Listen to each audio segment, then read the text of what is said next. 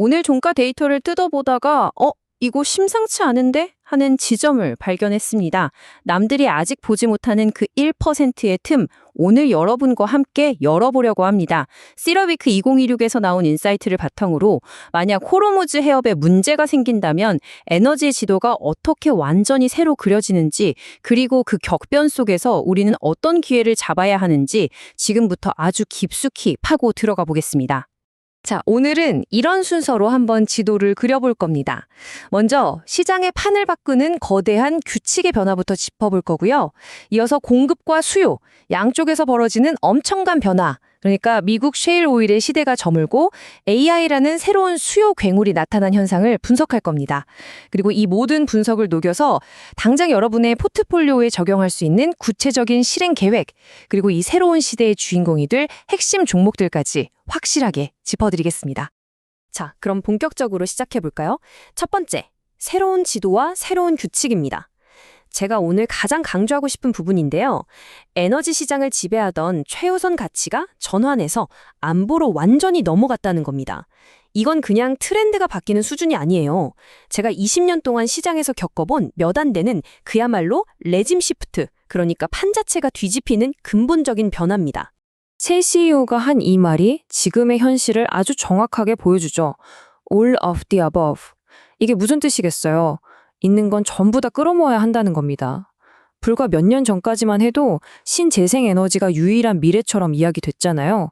그런데 지금은 어떻습니까? 지정학적 위기라는 현실 앞에서 원유, 가스, 원자력, 신재생 뭐 하나 버릴 게 없는 말 그대로 모든 게 귀해지는 시대가 열린 겁니다.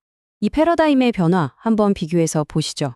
왼쪽의 과거 지도는 기후변화에 대응하자는 목표 아래 화석연료를 서서히 줄여나가는 어떻게 보면 좀 이상적인 그림이었죠. 그런데 오른쪽에 새로운 지도를 보세요. 이제는 지정학적 리스크가 모든 걸 압도합니다. 당장 쓸 수 있는 에너지를 확보하는 것, 이게 생존의 문제가 된 거죠. 이건 단순한 생각의 병화가 아니라 시장의 생존 법칙이 바뀐 겁니다. 에너지 안보라는 말이 그냥 뜬구름 잡는 소리처럼 들리실 수 있는데 이 표를 보시면 이게 얼마나 현실적인 위협인지 바로 와닿으실 겁니다. 블룸버그랑 하나증권 데이터를 보면요.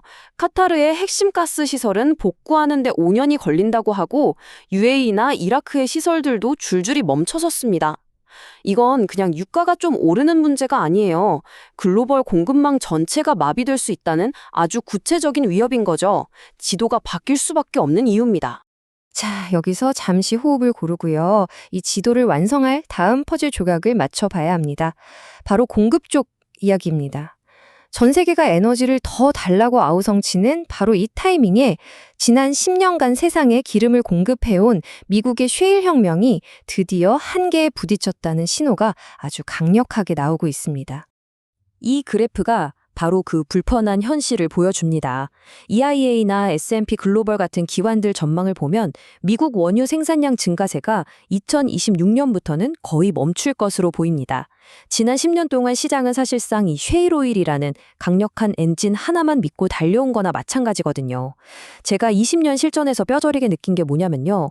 시장이 굳게 믿었던 단 하나의 엔진이 삐걱거리기 시작할 때 가장 큰 충격이 온다는 겁니다. 이제 더 이상 미국만 쳐다볼 수는 없는 상황이 된 거죠. 그래서 거인들, 그러니까 글로벌 오일 메이저들이 다시 움직이기 시작했습니다. 투자의 가장 기본 원칙이 뭐죠? 돈의 흐름을 쫓는 거잖아요. 그들의 천문학적인 자본이 지금 어디로 흘러들어가는지를 보면 미래가 보입니다.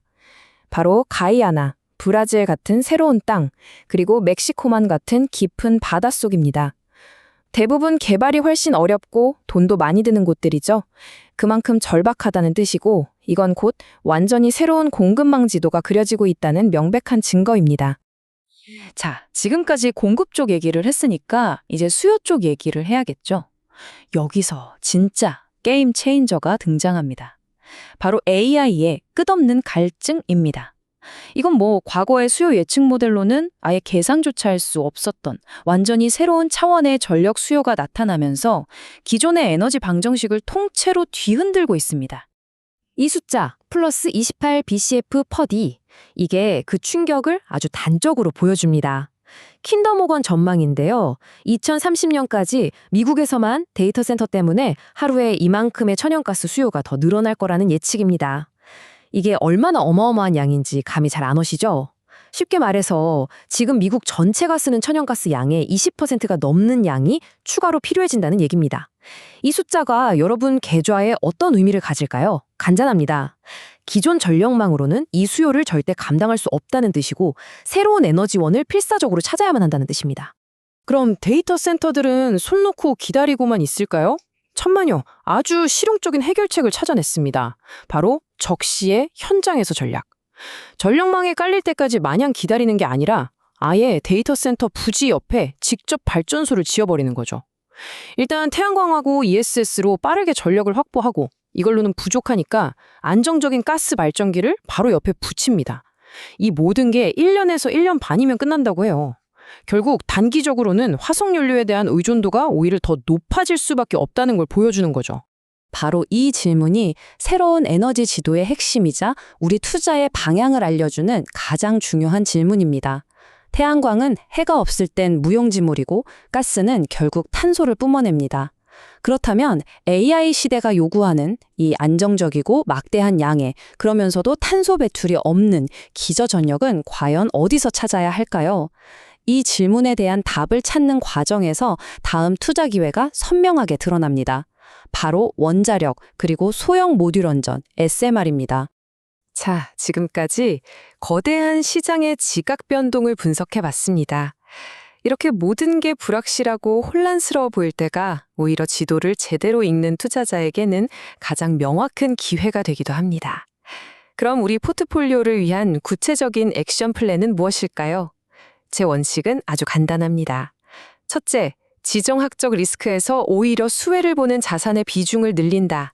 둘째, AI가 만들어낸 이 새로운 수요의 최전선에 있는 인프라 기업에 투자한다. 마지막 셋째, 이 모든 변화가 일어날 때 반드시 거쳐가야 하는 병목 지점을 찾아서 선점한다. 제가 방금 말씀드린 이 세 가지 원칙에 딱 들어맞는 에너지 안보라는 새로운 시대의 주인공이 될 만한 분야들을 지금부터 하나씩 까보겠습니다. 첫 번째 타자는 바로 조선업입니다. 왜냐? 논리는 아주 간단합니다. 앞서 보셨듯이 석유 회사들이 더 이상 중동에만 머물지 않고 저 멀리 깊은 바다로 나가고 있잖아요. 그럼 뭐가 필요할까요? 바다 위에서 원유를 뽑아내고 바로 정제해서 저장까지 하는 움직이는 정유 공장, 바로 FPSO가 필수적입니다. 또 중동 대신 다른 곳에서 LNG를 사오려면 LNG 운반선도 더 많이 필요하겠죠. 이 모든 걸 가장 잘 만드는 나라가 어딥니까? 바로 대한민국입니다. 이 거대한 흐름의 정중앙에 있는 기업으로 저는 삼성중공업을 주목하고 있습니다. 특히 FPSO 같은 고부가 가치의 해양 플랜트 분야에서는 따라올 곳이 없는 기술력과 경험을 가지고 있죠.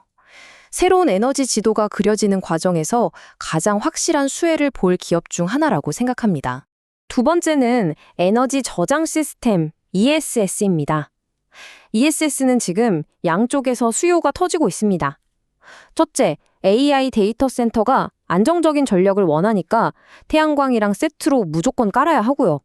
둘째, 지정학적 리스크가 없는 우리만의 에너지를 확보해야 한다는 에너지 안보 관점에서 신재생 에너지의 약점을 보완해줄 ESS의 가치가 재평가받고 있습니다. 여기에 미국이 중국산 ESS를 막아주는 지정학적 순풍까지 불어주고 있죠. 이건 뭐 판이 제대로 깔린 겁니다. 이 기회를 제대로 잡을 수 있는 플레이어 역시 LG 에너지 솔루션과 삼성 SDI죠. 세계 최고 수준의 기술력을 가지고 있고 특히 미국 시장에서 중국의 빈자리를 빠르게 파고들면서 폭발적으로 성장할 가능성이 매우 높습니다. 이제 친환경, 테마를 넘어서 안보라는 더 큰 시장의 주도권을 쥘 기업들입니다. 자, 마지막 세 번째는 정유업입니다. 이게 좀 의외라고 생각하실 수도 있는데요.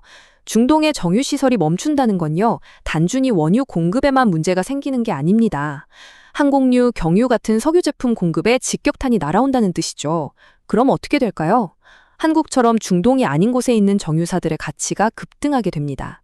실제로 하나증권 자료를 보면 미국이 수입하는 항공유의 68%가 한국산입니다.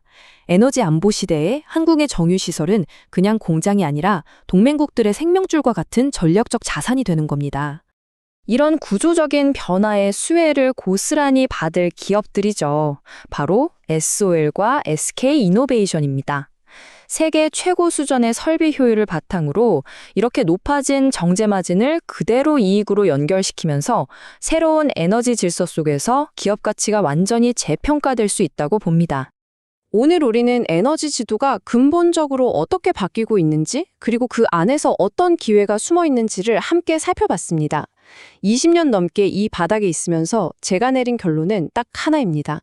미래를 족집게처럼 예측하는 건 불가능하다. 중요한 건 변화의 큰 방향을 읽고 그 파도에 맞춰서 끊임없이 내 포지션을 바꾸며 어떻게든 살아남는 겁니다. 오늘 함께 그려본 이 새로운 지도가 여러분의 생존과 성공적인 대응에 든든한 나침반이 되어주기를 바랍니다.